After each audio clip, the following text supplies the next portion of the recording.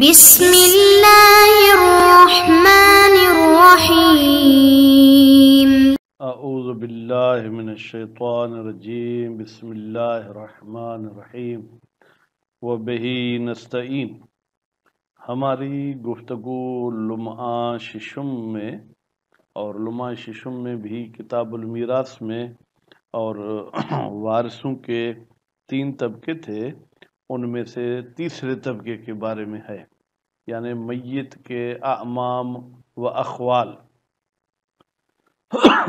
تو عام طور پر اعمام کو ددیال کہا جائے گا اور اخوال کو ننھیال کہا جائے گا۔ فرماتے ہیں کہ اگر اس میں مسائل میں سے 7واں مسئلہ یہ ہے کہ اگر کسی میت کے چچا بھی نہ ہوں، ماموں بھی نہ ہوں، لیکن ان کی اولاد ہے، یعنی چچا ذات بھائی بھی ہے، ماموں ذات بھائی بھی ہے، تو کیا ان کو میراث ملے گی یا نہیں؟ کہتے ہیں کہ ان کی اولاد ان کی جگہ پر قائم مقام ہوگی، یعنی جو عمومہ کو حصہ مل رہا تھا، جو اعمام کو حصہ مل رہا تھا، وہی ان کی اولاد کو حصہ ملے گا، اور جو اخوال کو حصہ مل رہا تھا وہی پھر ان کی اولاد کو بھی حصہ ملے گا۔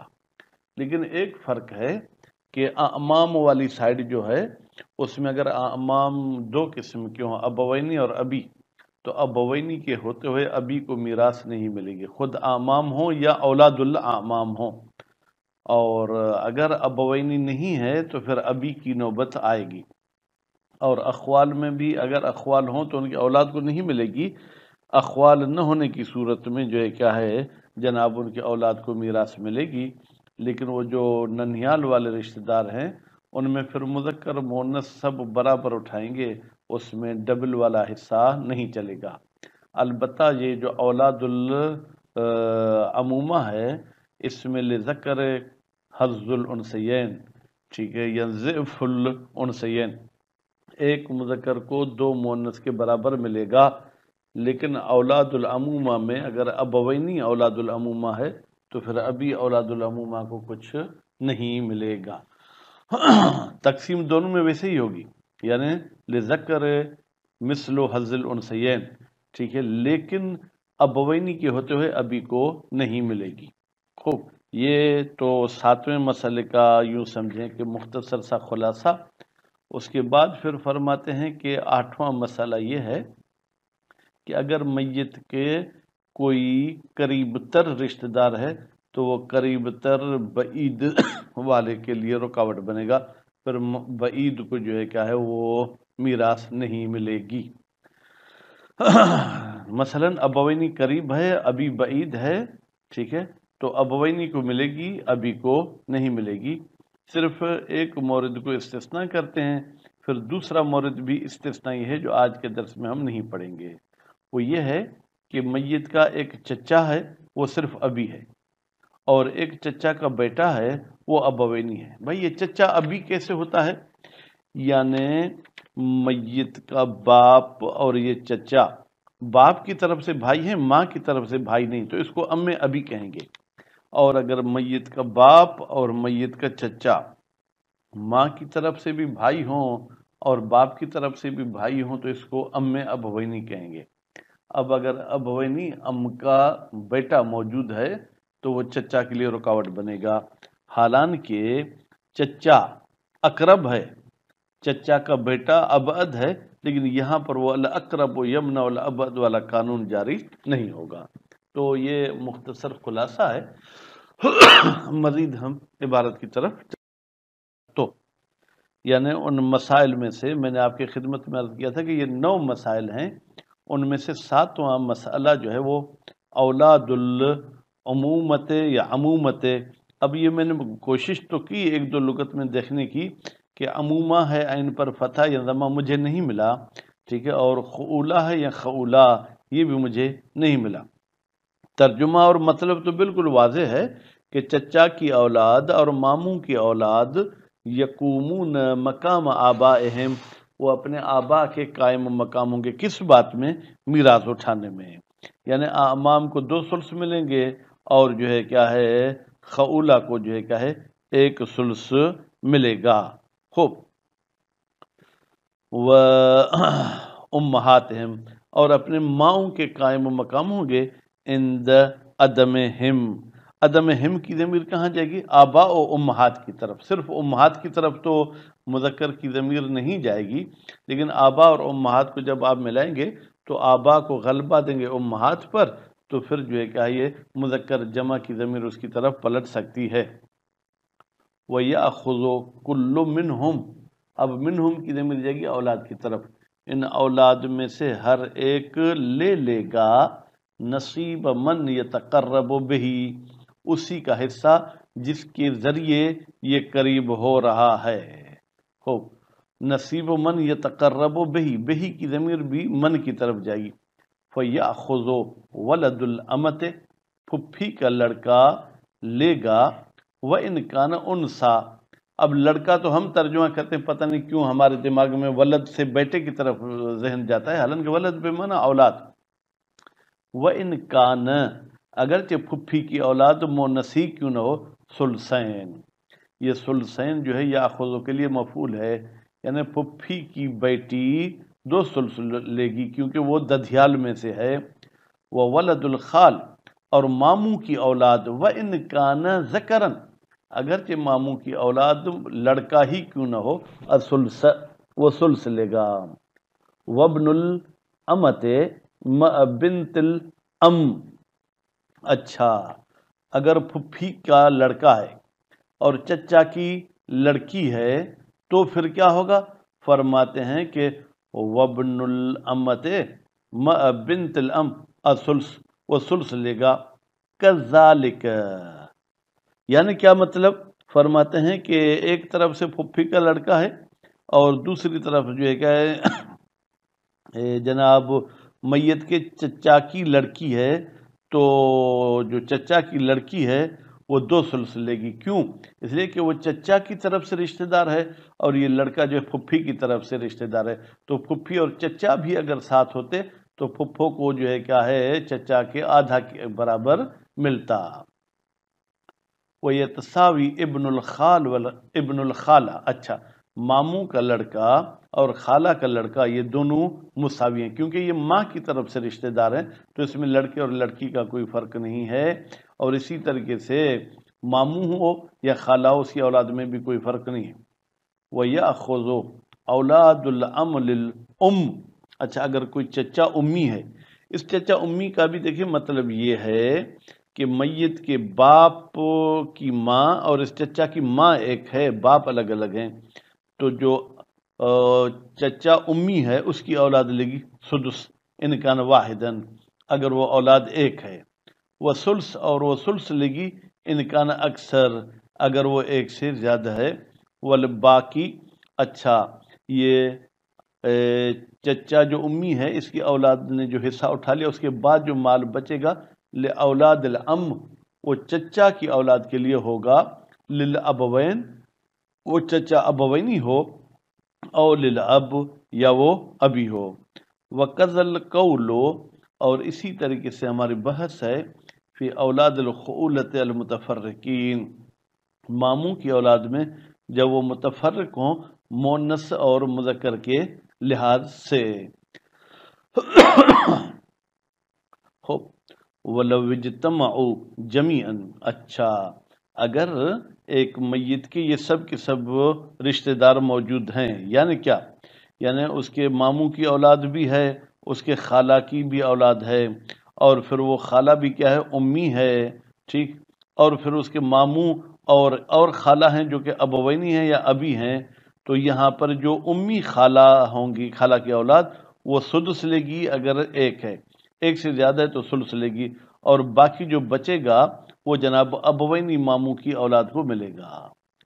وَلَوْ اجْتَمَعُوا جَمِيعًا فَلِأَوْلَادِ الْخَالِ الْوَاحِدِ، تو پھر اکیلے ماموں کی جو اولاد ہے یا خالہ کی اولاد ہے لیکن وہ ماموں اور خالہ جو کہ امی ہیں، سدس ثلث، اس ثلث کا چھٹا حصہ ہوگا۔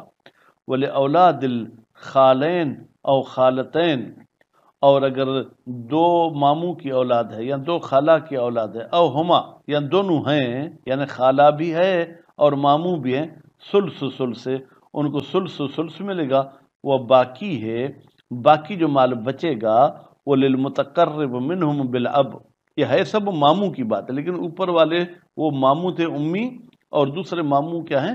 ابی ہیں۔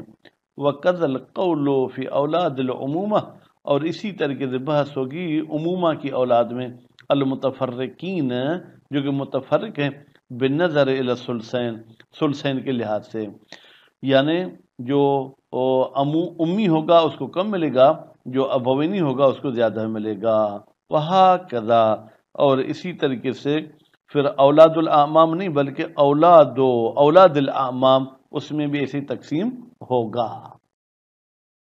وَيَقْتَسِمُ اولاد العمومت، اور تقسیم کرے گی چچا کی اولاد جو کہ ابوینی ہے چچا، اذا كانوا اخوتا مختلفین، جب وہ آپس میں بھائی بہن ہیں لیکن مختلف ہیں، بذکوریت والانوثیت، کس لحاظ سے مختلف ہیں؟ مذکر ہونے کے لحاظ سے اور مونث ہونے کے لحاظ سے، بتفاوت، یہ جو چچاؤں کی اولاد ہے اس میں تفاوت ہوگا، لذکر مثل حظ الانثیین، ہر مذکر کو دو مونث کے برابر ملے گا، وقضا اولاد العمومہ، اور اسی طریقے سے عمومہ کی اولاد ہے، کون سے چچا؟ من الاب، جو باپ کی طرف سے، حیثو یرثون، یہ باپ والے چچا اس وقت میراث اٹھائیں گے مع فقد المتقرب بالابوین، جب ابوینی جو ہے کیا ہے وہ چچا فاقد ہوں نہ ہوں۔ وَيَقْتَسِمُ اولاد العمومہ من الام، اچھا وہ چچا جو امی ہیں، دیکھیں امی سے مراد یہ ہے کہ میت کی ماں کی اولاد نہیں ہے بلکہ میت کے باپ کے ماں کے اولاد ہے، بالتساوی، ان کو مساوی ملے گا، کیوں؟ اس لیے کہ وہ ماں کی طرف سے رشتہ دار ہیں۔ وَقَذَا اولاد الخولہ، اور اسی طریقے سے ماموں کی اولاد بھی جو ہے کیا ہے وہ مساوی تقسیم کریں گی، مطلقاً، چاہے وہ ماموں ابوینی ہوں یا ابی ہوں یا امی ہوں۔ وَلَوْ جَامَعَهُمْ، ہم کی ضمیر کہاں جائے گی؟ اولاد عمومہ خولہ کی طرف، اگر ان کے ساتھ جمع ہو جائے شوہر، یعنی مرنے والی جو ہے کیا ہے جناب بیوی ہے، او زوجتن، یا مرنے والا شوہر ہے لیکن اس کی بیوی ہے، فَكَمْ مُجَامِعَتِهِ لِآبَائِهِمْ، تو یہ ایسے ہی ہے جیسے کہ شوہر جمع ہو رہا تھا ان اولاد کے آبا کے ساتھ، ٹھیک ہے، یعنی خود چچا کے ساتھ یا خود ماموں کے ساتھ، فَيَأْخُذُ نِصْفَ، اگر شوہر زندہ ہے تو شوہر آدھی ملکیت لے لے گا کیونکہ اولاد تو میت کو ہے نہیں، اب ربع، اور اگر بیوی ہے تو وہ چوتھا حصہ لے لے گی۔ وَمَن تَقَرَّبَ بِالْأُمِّ، اور وہ بندہ جو اس میت کا ماں کی طرف سے قریب ہوگا، وہ نصیبہ الاصلی، وہ اپنا اصلی جو ہے کیا ہے جناب حصہ لے گا، ٹھیک ہے، من اصل ترکہ، اصل ترکہ میں سے، والباقی، اچھا بیوی شوہر اور جو امی رشتہ دار ہیں، ٹھیک ہے، انہوں نے حصہ لے لیا، باقی جو بچے گا لقرابت الابوین، وہ ابوینی رشتہ داروں کو ملے گا، ٹھیک ہے، اول اب، اور اگر ابوینی نہیں ہے تو ابھی رشتہ داروں کو ملے گا۔ ساتواں مسئلہ ہمارا پورا ہو گیا۔ آٹھواں مسئلہ، لا یرث الابعد، وارث نہیں بنے گا دور والا رشتہ دار، مع الاقرب، جب کوئی قریب تر موجود ہے، کہاں؟ اعمام و اخوال میں، وَإِن لَمْ يَكُنْ مِنْ صِنْفِهِ، اب یکن کا اسم کون ہوگا؟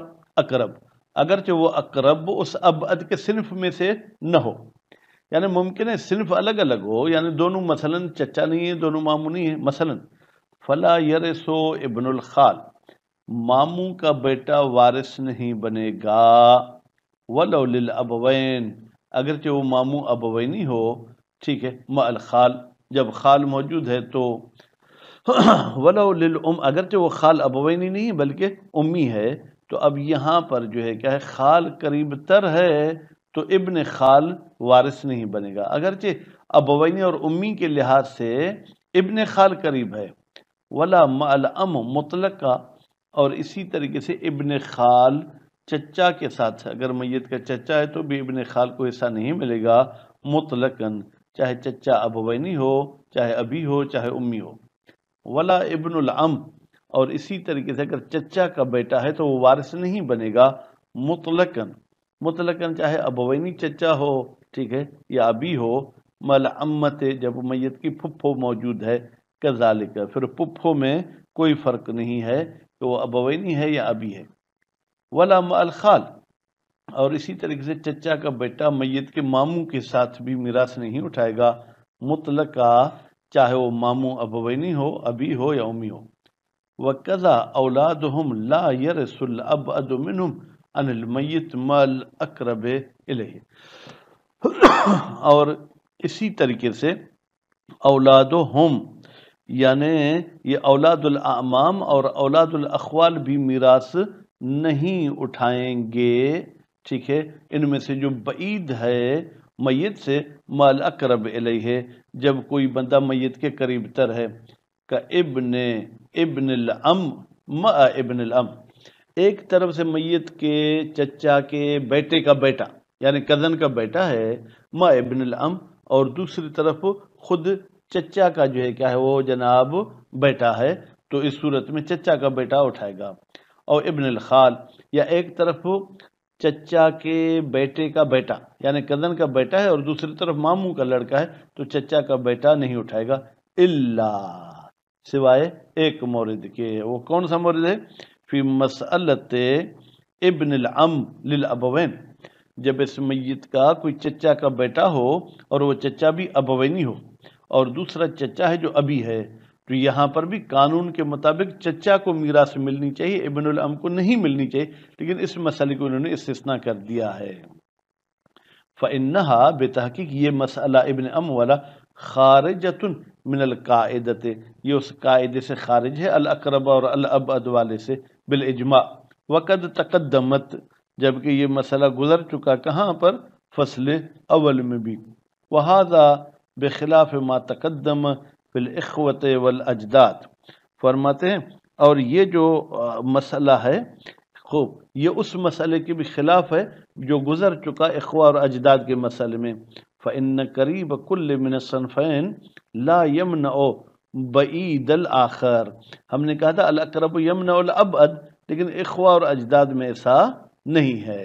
ایک میت کا بھائی ہے، دوسرا میت کا دادا ہے، تو جناب بھائی دادا کے لیے رکاوٹ نہیں بنے گا، بلکہ یہ دونوں میراث اٹھائیں گے۔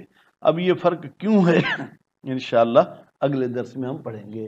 صلی اللہ علیہ محمد و آل محمد۔